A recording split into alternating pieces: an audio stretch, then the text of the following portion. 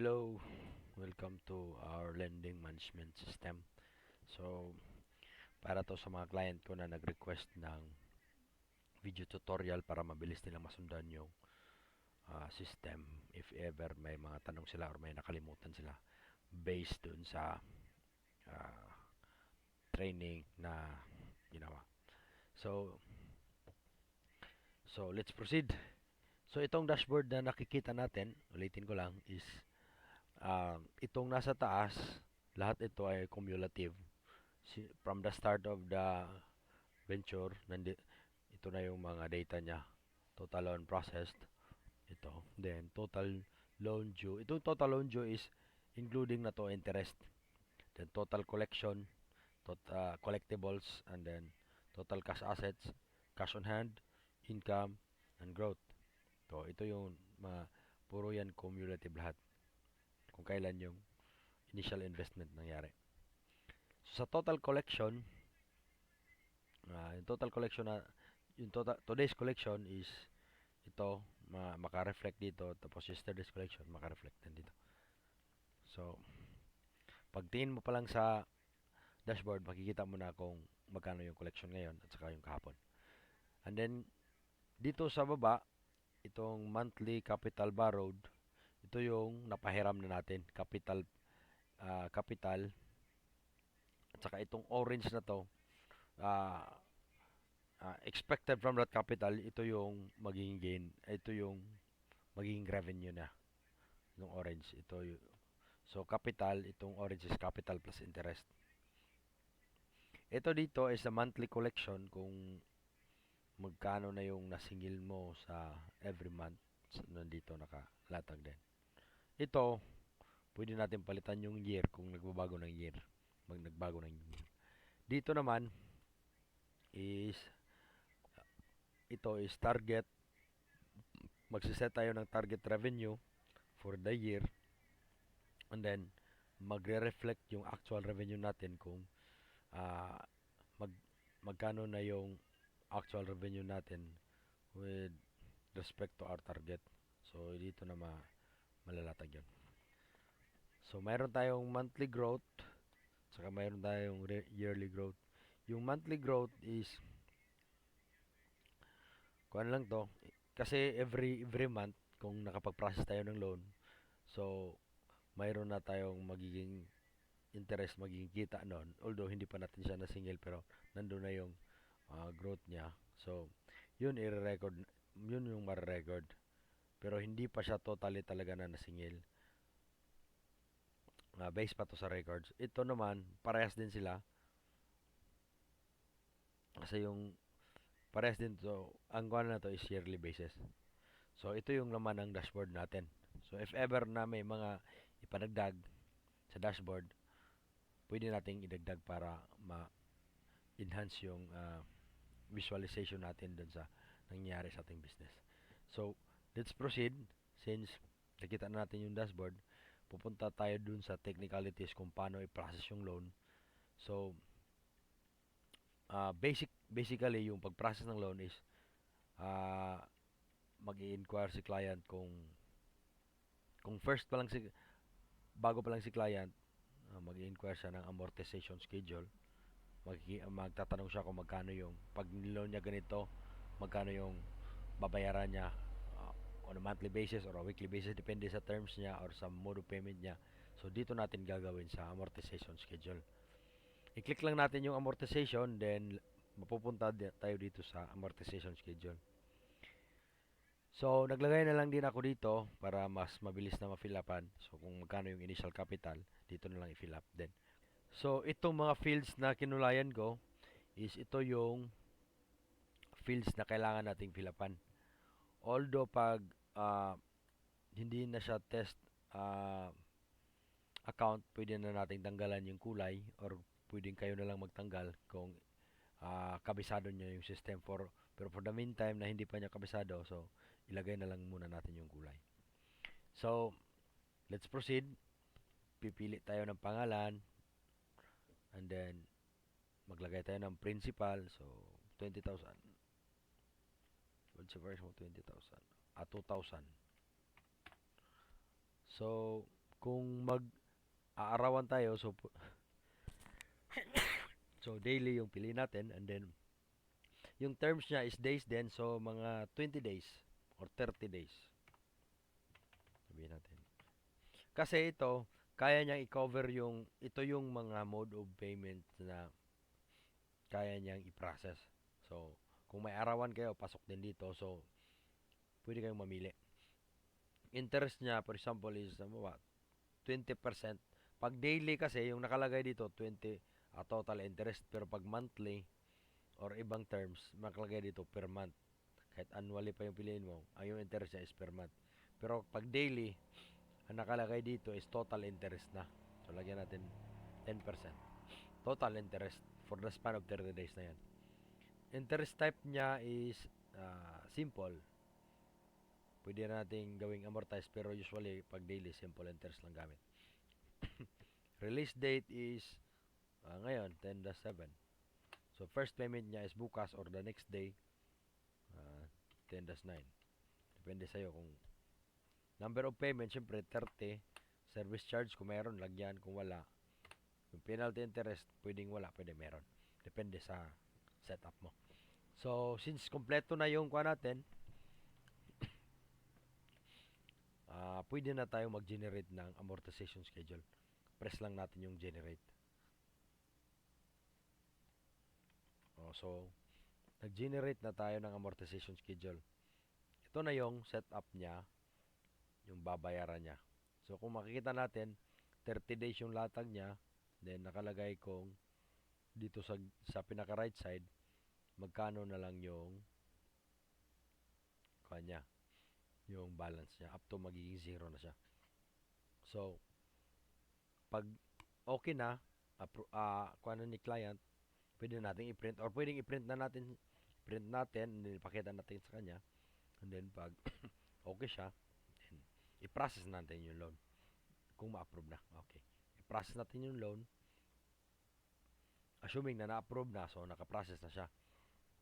So itong reference number, every time na may ipaprocess tayo yung loan, mag-a-assign siya ng unique reference number na which is yun din yung gagamitin natin sa pagbayad nila. So since nakagawa na tayo ng loan, so and the next step natin is paano magbayad ng loan. So pala, pag wala yung customer mo dito, pwede, pag nagdagdag ka ng customer, dito ka lang, click mo lang yung customers, makikita mo yung list dito. Pwede mong dagdagan kung wala pa siya, kung meron, i-update kung ano-anong mga details yung ilagay. Okay lang, expandable siya, walang problema. So, itong X pala is pag pinindot mo to, i-hide niya yung sheet, habang pag home lang is ililive lang niya yung sheet na ganyan naka-display. So, sa atin is i-close natin. Then, balik tayo. So, ngayon, since naka-process na tayo ng loan, titingnan natin kung paano magbayad ng loan. So, punta tayo sa add payment. So, kung nakikita natin, yung reference number natin dito is 11, pero yung reference number na nandito is 8 pa lang. So, pwede nating ma-update yung ibang loan. So, search customer or click update. Pwede lang yun. So, ngayon, nandito na yung 10. So, tama, 11 na yung susunod na lang. So, ngayon, mamimili lang tayo ng reference number. Kung sino yung client. So, kung ano yung reference number niya, ito yung sulat natin dito. For example, yung babayaran natin is ito, Carmelo de la Cruz. Reference number 10. Isulat mo lang yung 10, tapos i-tab. Pag tab mo, ma-fill up na yung kwan dito. Yung details niya. Makikita na rin dito kung kailan siya last nagbayad. So, yun. So, pag magbigay siya ng savings or rebates or other savings, pwede mong i-fill up din dito. Kasi nagre-record din to ng other than payments. Magre-record din to ng mga savings. So, tapos, pag okay na, Pag may remarks ka, pwede mong sulatan, pero kung wala, pay na lang. So, yun. Yung payment mo na process na, so ibig sabihin, pwede mo nang tingnan kung ang summary ng payment ni client. So, sa reference, sa kanina, yung client natin, reference number niya is 10. So, tingnan natin kung tama ba talaga. So, pag tiningnan natin, tinype natin yung 10,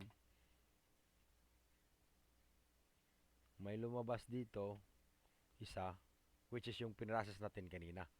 So, tama siya. Nag-coincide siya dun sa... Itong balance naman, itong nakalagay dito is, pag simple interest to, ito yung total payable yung isusulat niya dito. Samantalang kung yung interest natin is amortized, yung principal yung isusulat natin dito, then yung principal din yung magdideduct dito hanggang sa maubos na siya. Kasi magkaiba yung treatment ng simple at saka amortized. Okay. And then so for example, palitan natin ng reference number. Yun. Oh, yun. Ilalatag niya yung kuan. Ilalatag niya yung mga payments ng kuan. Sa makikita natin yung balance. Ito, yung balance. Makikita natin yung balance. Remaining balance. Okay.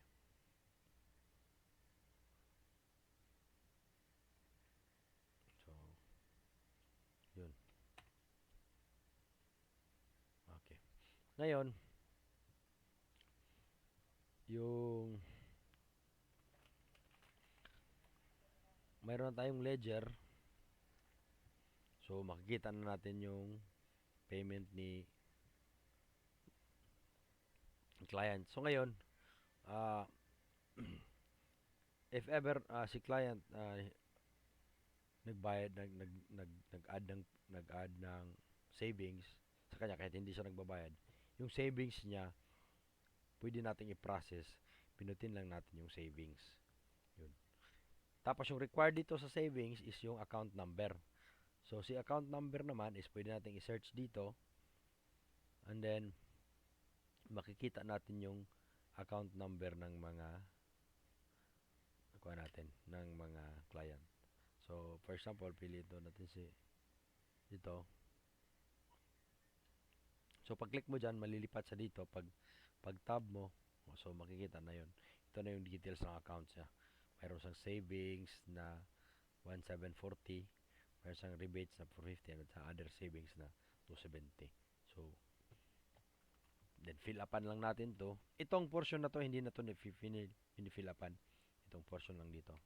100, 200, 300. So, yun yung total niya. Then, kung deposit, i-click lang natin yung deposit. Kasi pwede rin siyang mag-withdraw, mag-process ng withdrawal dito. Same pa rin, pero withdrawal lang yung pipindutin natin. Ngayon, gusto nating makita yung ledger ng savings. So, pindutin lang natin yung, mamili lang tayo ng tao dito. Pag nag-display siya dito, and then, pindutin natin yung savings ledger. Kung makikita natin to, number 6 yung naka-display. So, kailangan number 6 din yung mag-display dun sa ledger. Which is, number 6 naman yung nag-display dito. Tapos, ito yung mga transaction niya. Meron siyang deposits, withdrawal, rebates, withdrawal, other deposits, withdrawal. Tapos, ito na yung total na savings niya. Balance ng savings niya, balance ng rebates, saka yung balance ng others. So, yun. So, updated tayo palagi pag nanghingi si client ng ledgers or yung mga listahan ng mga payments niya. So, yung iba dito, yung customer, itong loan data, ito na loan. Itong payment data naman, tapos itong report data, click natin, ito yung initial report natin, ito sa cumulative. Ito yung monthly summary natin, pag pwede natin palitan ng year dito. Ito din yung magre-reflect doon sa dashboard natin. Tapos, ito naman yung daily collections. Pag pinalitan natin ng date to, halimbawa, 10-8, ire-reflect niya lahat ng collection sa araw na yon, including savings and others. So lahat ng mga na-process, itong savings pala na nandito at saka rebates, ito lang yung savings na ah, na-process nakasabay sa pagbayad ni client. Hindi kasama dito yung pinrocess natin dun sa savings form. Hindi siya magre-reflect dito kasi wala siyang reference number. Yung account, diretso siya pumasok sa account number. So, yun. Ito yung sa daily collections. Ang daily collections kasi is pinaka kuan talaga siya for sa mga sa loan talaga siya nakafocus. So, ito talaga yung pinaka main concern natin sa daily collection. Ito kasing savings, regardless of kung mag-saving sila o hindi, kuha na siya. Parang uh, additional na lang siya sa capital, pero yung pinaka-importante dito is yung makita natin yung collection natin sa loan. So, balik tayo sa dashboard. Outstanding loan naman, itong outstanding loan, ito yung mga accounts na ongoing. So, wala na yun dito yung mga completed. So, halimbawa, na binura natin to, buburahin natin. Di mabura. Kasi naka-protect. I-try natin i-unprotect. Then, burahin natin. Pagbura natin, paglipat natin ng sheet, or pagbalik natin sa dashboard, pagbalik natin dito, automatic siya nag-update. Once na nandyan na tayo sa sheet na yan, wala ka nang i-click, diretso na siya update. So, yun. Ganun lang kabilis siya. Wala ka nang ibang gagawin. So, yun lang. So, kung nakikita natin, up to 10 na tayo kasi yung 1 is at saka 4 is completed na siya. Then, balik tayo sa dashboard. Savings.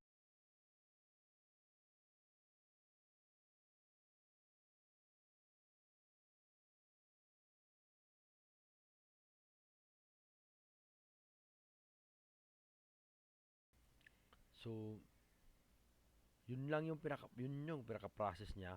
Saka kung may hindi man ako na-cover dito sa process na to, or kung may mga kailangan ipa-modify or ipa-customize, pwede natin gawin yon.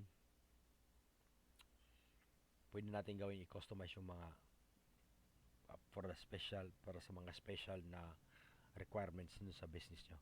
So, yun lang. Thank you.